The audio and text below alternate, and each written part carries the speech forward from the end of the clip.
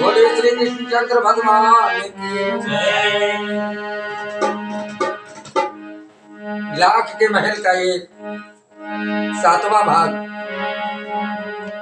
श्रोता बंधुओं आपके सामने प्रस्तुत है।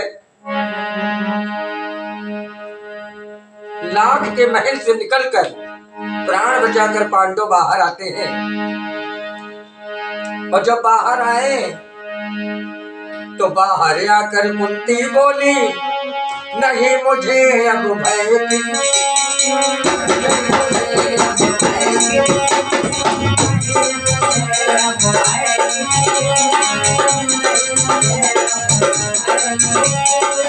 मेरे बेटे सभी सुरक्षित, नहीं मैं अब भय की।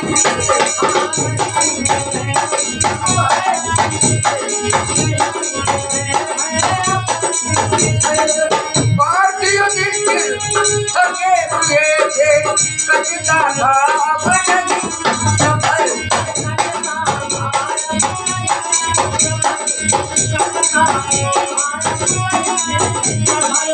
और दशा सहदेव नकुल की हुई जा रही थी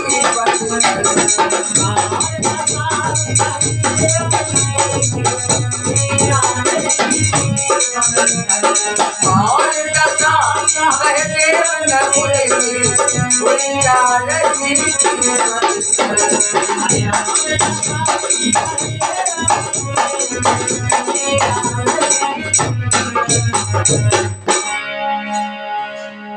लाख के महल के बाहर आकर कुंती ने कहा कि आज मेरे बेटे सब सुरक्षित इस सुरंग से लाख के महल से निकल आए हैं।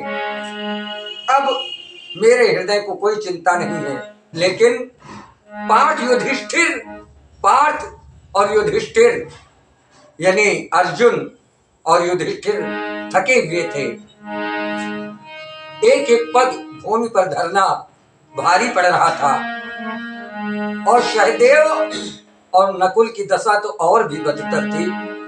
मित्रों, भीम बहादुर ने कुंती को झट से कंधे पर चढ़ा लिया,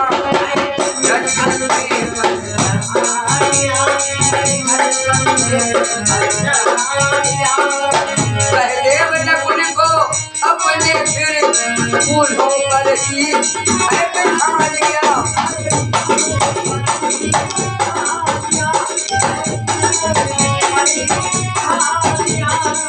अर्जुन युधिष्ठिर का भी हाथ नीचे पकड़ लिया।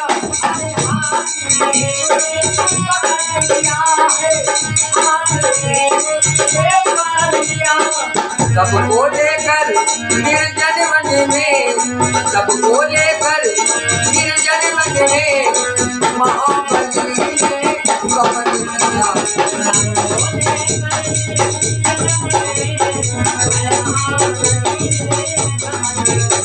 सबको लेकर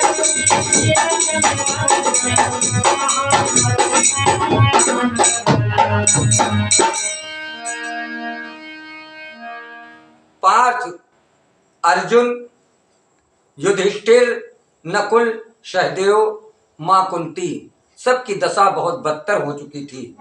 लेकिन बहादुर महाबली भीम ने तुरंत मां कुंती को एक हाथ से संभाल कर अपने कंधे पर बिठाया, नकुल को और सहदेव को कूल्हे पर बिठाया, अर्जुन के हाथ पकड़े, युधिष्ठिर के हाथ पकड़े और वन की तरफ प्रस्थान किया। मस्त हुए हाथी जैसे वो चले जा रहे थे वन में, चले जा रहे थे वन में। झाड़ों को रौंद रौंद कर मार्ग बनाते थे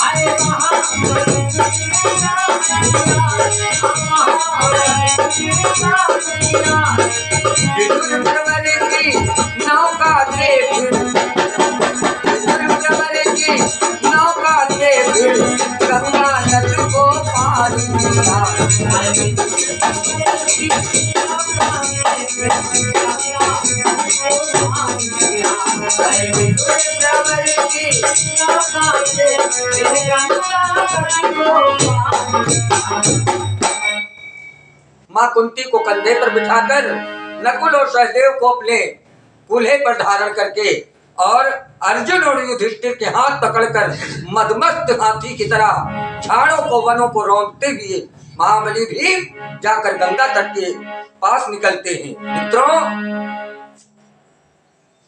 अगर पांडवों का पग पग पर किसी ने साथ दिया तो वो थे महात्मा विदुर। गंगा के तट पर विश्राम थोड़ा सा करने के बाद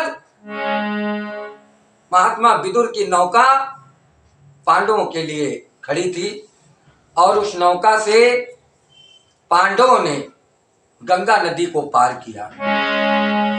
गंगा नदी को पार करने के पश्चात क्या होता है, ये कथा 8वें भाग में आपके सन्मुख लेकर आऊंगा। तब तक के लिए बोलिए सियापति रामचंद्र की जय।